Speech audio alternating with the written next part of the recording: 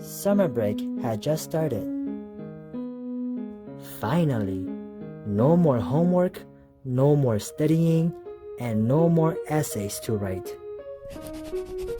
I decided to walk around the city before heading home.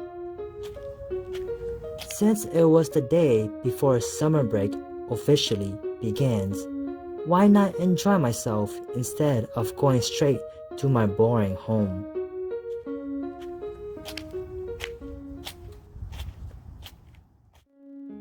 I started by visiting a couple of stores and ended the day at the park. By this time, it was already starting to get dark.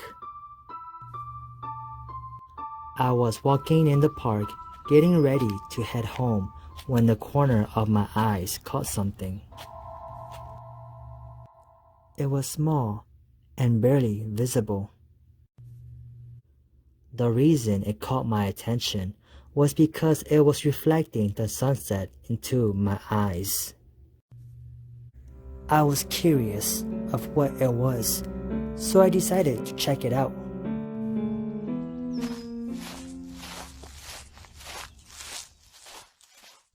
It was a small golden rain.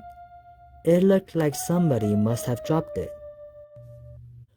Looking around me, there was no one else nearby. With no owner to be found, I decided to grab the rain and shove it into my pocket. I figured whoever dropped it must have been long gone by now. And then I remembered. My grandparents have always lectured me about bringing home things I found outside.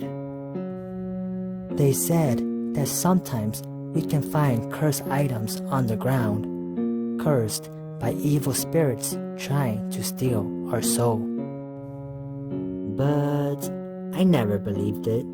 Countless times before, I have found something on the ground and took it home. Nothing bad ever happens. Besides, only a fool would find a shiny gold ring with no owner and not take it with them, right? As I was walking home, my grandpa's lecture kept playing in my head like a song I couldn't forget.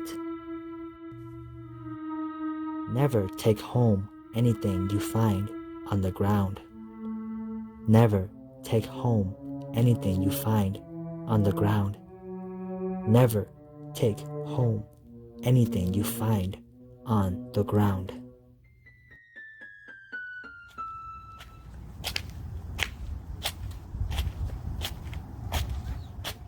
I was finally home.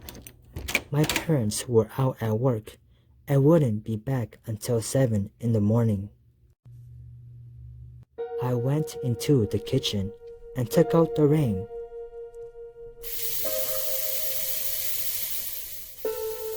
Pouring soap into a sponge, I scrubbed the ring until it was shiny and new. I left the ring on the table and went to call my friend.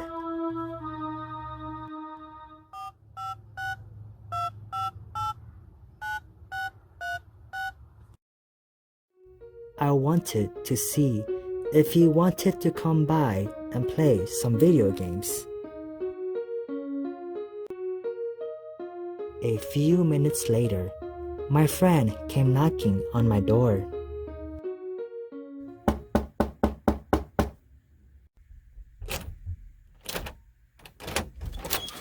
I happily opened it and invited him inside. We played games for hours until it was getting really late. It was around 11 p.m. and I insisted he sleep over. Since it was summer break, we didn't have anything to do tomorrow anyways. He agreed, and we continued to play our video games.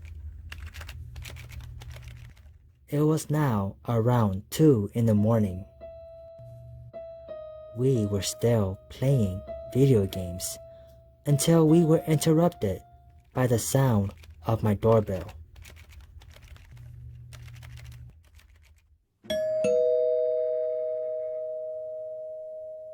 We stopped and thought to ourselves, who would visit at a time like this? I looked out the window, but didn't see anyone. Maybe it was just us imagining things.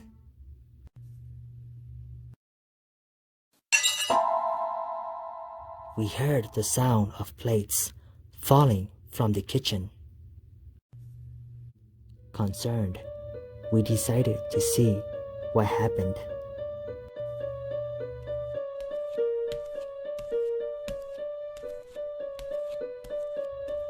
We were both relieved when we found out that it was just a plate on a dish rack that fell on another plate. It happens every here and there. We went back to the living room to continue playing our video games.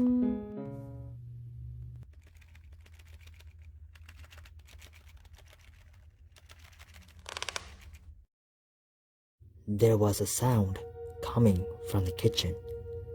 Looking at my friend, he seemed concerned. I laughed and reassured him that it was nothing. The house makes a lot of noises. Sometimes those noises would occur because the wooden floors in the kitchen are old. After reassuring my friend, he was now more relaxed. He brushed off the sound and continued to play his video games.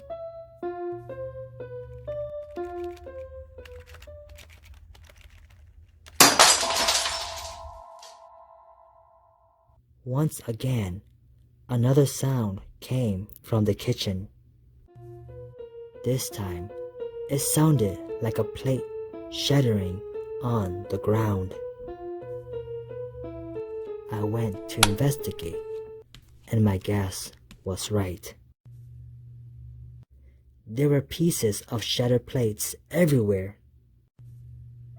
Seeing how many plates there were on the dish rack, I assumed that the plate fell because we stacked it too high. Annoyed by this, I quickly swept up the mess and put away the other plates before going back to the living room. And once again, we continued to play video games. Halfway through the game, my friend left to use the bathroom near the kitchen.